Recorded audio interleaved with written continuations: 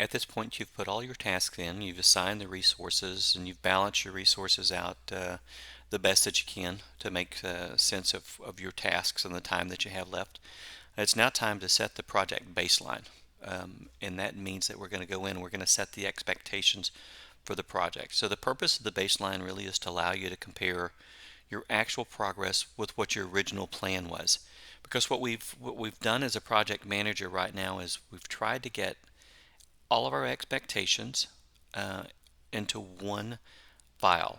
We have gone through, we've put in a work breakdown structure. We have determined each and every one of the items that need to be done to complete this project of planning the conference. Once we have put all of those items into that work breakdown structure, we've gone and we've listed how many days we think it's going to take us to do those. We've put our resources in, we've made assignments, and you can see here from our Gantt chart what it looks like. I mean, here's the overall flow of each day that you could go through and you could track what was supposed to be going on that day and whether or not you were keeping up with the system. So that's the idea of what we've done so far, and we have an idea of where we're headed and what this should look like. So now we want to set this baseline. So if you're following along in the instructions for task 5, you'll see that for step 1 it says that we need to go up here to the View tab. So if you click on the View tab and you select the tables, which is over here in the data section, and then you come down to More Tables, that one of the options that's available to you is Baseline, and from Baseline you can go ahead and click Apply. Okay, it's setting the baseline for us. From this point you should see that all of our baseline durations are currently set to 0, but since the baseline has not been applied yet. So we need to go to the Project tab,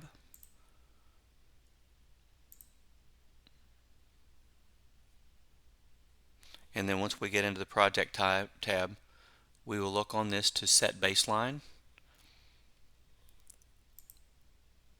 and we will set baseline, and once we do this tab, we'll select for the entire project, click OK, and then from that point we'll see that the page has changed now. Okay, so that gives us everything we need to do to set the baseline.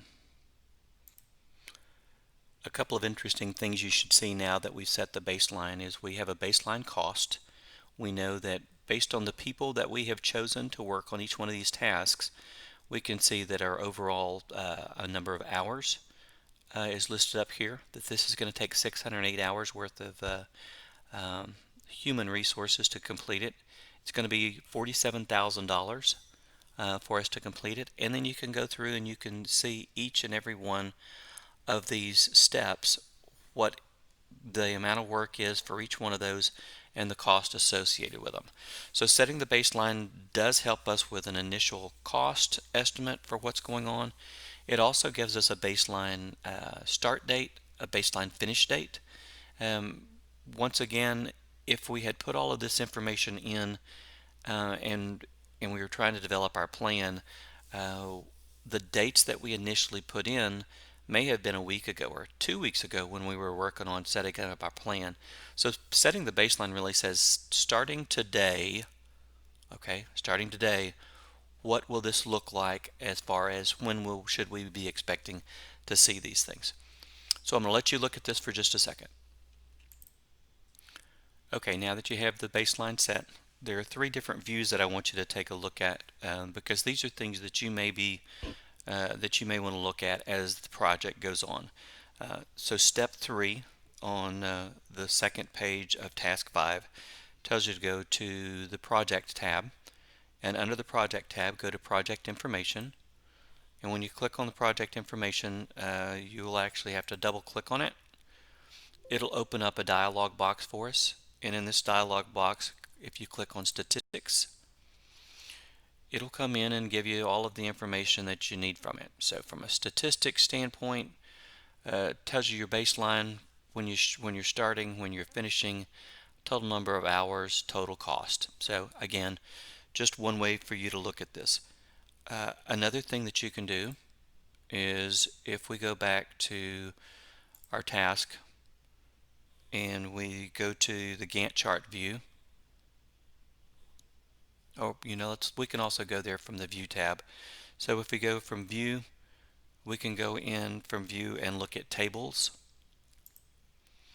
and from the tables we can select the variance and just double left click on variance, and the variance will pop up here, and it will tell you how much are you going to vary it from your baseline when you said you were going to start to when you were going to finish.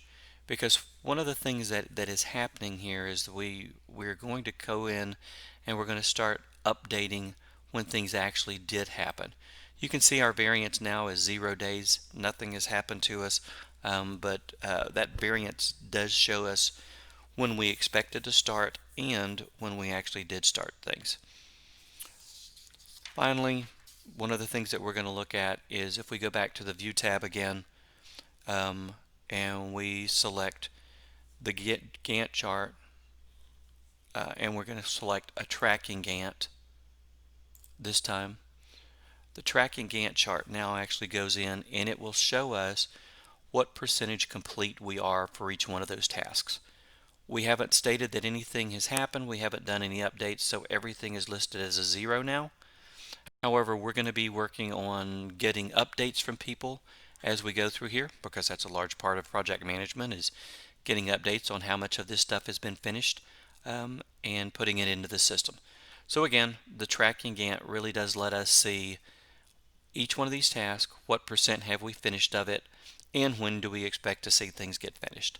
So that is what we have for task 5, which is setting the project baseline. We're all set up, we're ready to start executing.